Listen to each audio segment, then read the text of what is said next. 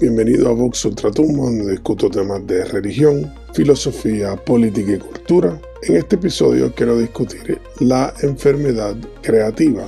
Y esto es un concepto bastante desconocido, por lo menos en el ámbito coloquial, pero pienso que es importante discutirlo porque el proceso mismo de la creatividad y el proceso artístico es mucho más complejo y disruptivo de lo que la gente piensa. Pero antes de comenzar, recuérdense de suscribirse al canal, denle a like al video, compartan el video, comenten en el video y denle a la campanita si quieren recibir notificaciones cuando saco un nuevo video. También recuérdense de seguirme en X para quedarse al tanto de la información que yo usualmente posteo en esa página. Y también, si quieren apoyarme y apoyar el canal, pueden ir a mi tiendita para ver las camisas que tengo y los otros productos que pongo ahí, que son simplemente para promocionar el canal y para que ustedes, si les interesa, puedan tener algo relacionado al mismo. Así que la creatividad, que en nuestra cultura es glorificada de una forma extrema, diría yo, y usualmente mal definida, porque cualquier acto de actividad artística, vamos a decir, es considerado creativo. Pero la creatividad real, o sea, la que engendra obras de arte profundas, impactantes y diría yo que trascienden lo normal de la vida cotidiana a un nivel de cultura que es permanente, diría yo, rozando en lo eterno, es un proceso realmente caótico y desconocido. De hecho, en la psicología, formalmente, especialmente con pensadores como Freud y Jung y otros, este concepto se le conoce como la enfermedad creativa, que es un proceso psicológico en el cual la persona empieza a deconstruirse propiamente y a perder un poco la mente, casi un tipo de locura parcial. Y la razón es porque una creatividad real es un descenso a las tinieblas del interior. No es simplemente una combinación, que es lo que la gente solamente piensa en creatividad, piensa, bueno, pues voy a tomar una idea, un concepto que lo recibí mediante mis sentidos y me pareció muy interesante, lo voy a combinar con esta otra idea y ahí tengo algo creativo. Pero aunque la creatividad yace en este concepto, todo es una combinación de otra cosa. Para adquirir o para tocar lo más creativo hay que indagar en la profundidad interna, y eso es un proceso que no únicamente es un disturbio a la regularidad, sino que puede ser una destrucción total del yo.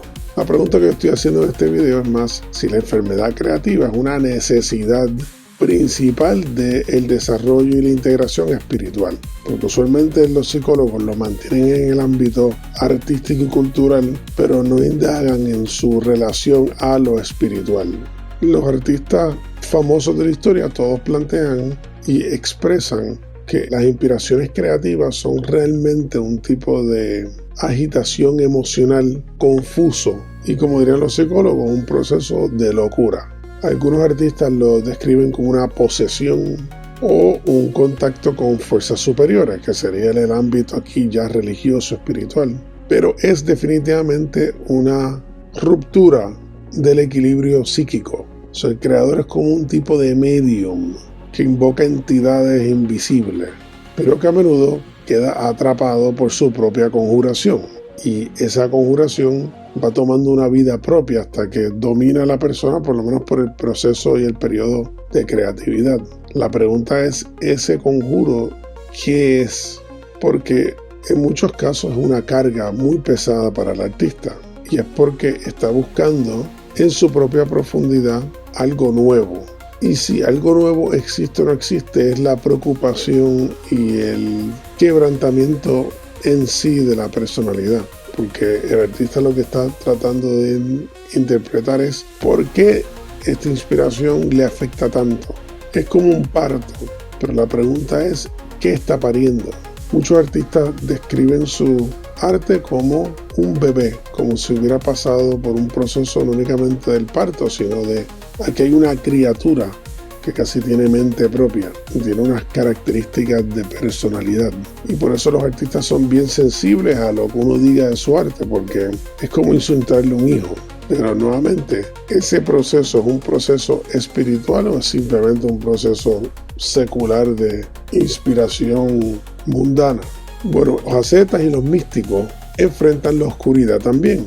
De hecho, eso es parte del proceso místico, es adentrarse a lo más profundo del yo para tratar de identificar esa personalidad, esa raíz del propio ser y tratar de identificar ese yo para entonces luego encadenarlo a un yo más trascendente que sería Dios. Y es en ese proceso que el místico y el asceta sienten un tipo de locura también.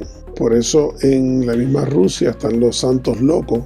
En la India hay un concepto de los locos divinos también, de hecho, que son personas que han llegado a unos niveles tan particulares o están en un proceso particular de indagar en su propio yo y realmente descubrir esa relación divina con Dios, que están literalmente locos, al menos por ese periodo de tiempo, que sería casi idéntico al concepto de la enfermedad creativa.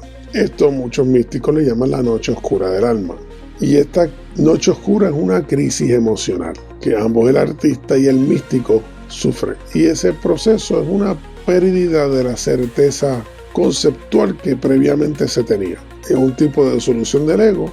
Ya acabo de descubrir ciertos secretos de quién yo era y quién es la realidad y cuál es la propia existencia, y empiezo a sentir que pierdo la certeza, y eso empieza a crear un disturbio serio, psíquico y emocional. Esa destrucción de estas estructuras logra la emergencia de algo nuevo.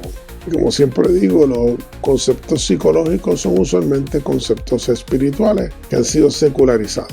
Una forma científica de explicar algo etéreo de una forma que suene médica. Así que estamos viviendo en un mundo en el cual todos los mismos procesos de la antigüedad están presentes, pero les han revestido para que las personas los acepten. Si yo hablo de todo el proceso místico y esotérico con una persona normal, puede que lo encuentre interesante, pero lo va a rechazar como un tipo de especulación religiosa y como algo que, bueno, tiene algún interés, pero lo dejan ahí. Si yo cojo esa misma idea y lo presento de forma psicológica, científica, lo van a escuchar bien detenidamente y lo van a tomar muy en serio. Estoy diciendo lo mismo. Este proceso, que se conoce como enfermedad creativa o la noche oscura del alma, es totalmente necesario, y el propósito no es quedarse en la oscuridad, sino salir. Y esto es crucial entenderlo, porque como sabemos, muchos artistas que se pierden la locura y a veces hasta utilizan las drogas y la intoxicación como una excusa para explicar su creatividad. O sea, ese proceso que es casi depresivo y desarticulante, no saben cómo manejarlo, y en vez de utilizarlo como el proceso de la creatividad, deciden ofuscarlo y sobrevivirlo mediante el proceso de la utilización de intoxicantes para de alguna manera navegarlo, que lo que hacen es perderse más y confundirse más, y por lo tanto mantener ese estado de confusión de forma permanente.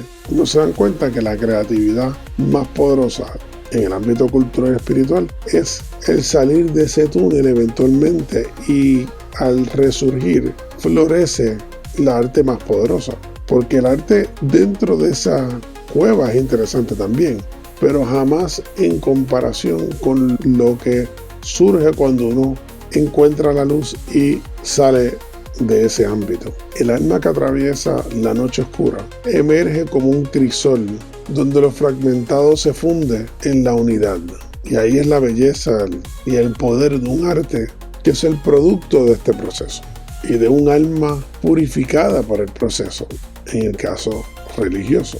En el cristianismo ortodoxo, que es el tradicional, esto se manifiesta en la lucha por la teosis, por la deificación, porque la vida espiritual está dentro de un concepto que se llama la catarsis, que es la purificación, la teoría, que es la iluminación, y el resultado final, que es la unión con Dios, que es la teosis. Y para llegar a la teosis hay que pasar por esa noche oscura del alma. Es la humillación y la desnudez ante lo divino. Ahí es que viene el concepto de la humildad, que mucha gente lo confunde con un tipo de intención mundana. que quiero que me escupan y me maltraten, como un proceso de yo aceptar que soy nada. Y no entienden que ese proceso de humildad es un proceso necesario para poder quebrantar el ego, pero no simplemente para dejarlo quebrantado, sino para reconstruirlo dentro de una nueva modalidad y poder emerger de ahí hacia la teosis. En el Vaishnavismo del Sanatana Dharma, por ejemplo, que se enfoca mucho especialmente en el bhakti, que es la devoción, el proceso es muy similar, porque la intención del acto devocional es quebrantar el ego y deconstruir bastante las concepciones básicas de cuál es la intención de la vida, de cuáles son los intereses personales, y los estás intercambiando por los intereses divinos y por el juego divino. Por lo tanto, hay un proceso de ajuste que es muy similar a la noche oscura del alma. Y esto se manifiesta con cambios de personalidad, cambios de vestimenta, cambios de placeres, cambios de concepciones que son chocantes, porque es una práctica que requiere mucho cambio de momento. Y estas dos tradiciones, que me gustan usualmente compararlas, requieren más o menos lo mismo: la entrega, la humildad, la aceptación de la oscuridad como parte del camino hacia la luz. Así que este concepto de la noche oscura y el concepto de la enfermedad creativa son dos formas diferentes de describir el mismo proceso. Y en la psicología le llaman esto la integración. De hecho, el planteamiento es que si uno no se integra, nunca es un ser humano completo. Muchas personas rehúsan entrar en el proceso de integración. Por eso yo critico la intoxicación, la utilización de estupefacientes y drogas, ese tipo de cosas, porque eso es usualmente una metodología para manejar de forma, pienso yo, absurdamente ineficiente el dolor existencial que ocasiona un proceso de integración.